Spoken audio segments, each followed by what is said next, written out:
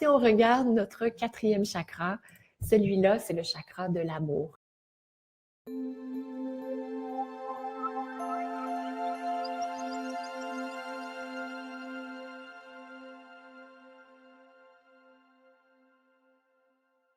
C'est le chakra du cœur et il est situé au centre de notre système des chakras. C'est le chakra qui nous aide à trouver l'équilibre entre le corps et l'esprit, entre soi et les autres, entre son masculin et son féminin. Donc cet amour inconditionnel, c'est notre quatrième chakra où on peut s'abandonner complètement à l'amour et faire confiance. Ce chakra nous permet de nous accepter sans jugement. C'est l'élément de l'air, c'est lui qui va purifier l'esprit, qui va nettoyer le corps, qui va dissoudre les blocages. Pour l'enfant, c'est l'amour des parents qui lui apporte la sécurité. Et pour un adulte, c'est l'intimité qui va lui permettre de s'ouvrir. Le côté déficient. C'est quelqu'un qui n'ose pas utiliser l'autoroute de l'amour inconditionnel. Ce sera quelqu'un qui sera plutôt antisocial, seul, isolé, qui aura peur de l'intimité également, peu d'estime de soi parce qu'elle pense qu'elle n'a pas de valeur, qu'elle ne mérite pas d'être aimée, qui va manquer d'empathie. Et il y aura aussi la peur de l'engagement. Lorsqu'on s'engage envers quelqu'un, c'est qu'on lui ouvre notre cœur puis on lui dit « j'ai confiance en moi dans notre relation ». Lorsqu'on va de l'autre côté, du côté excessif, donc là on peut voir, là il y a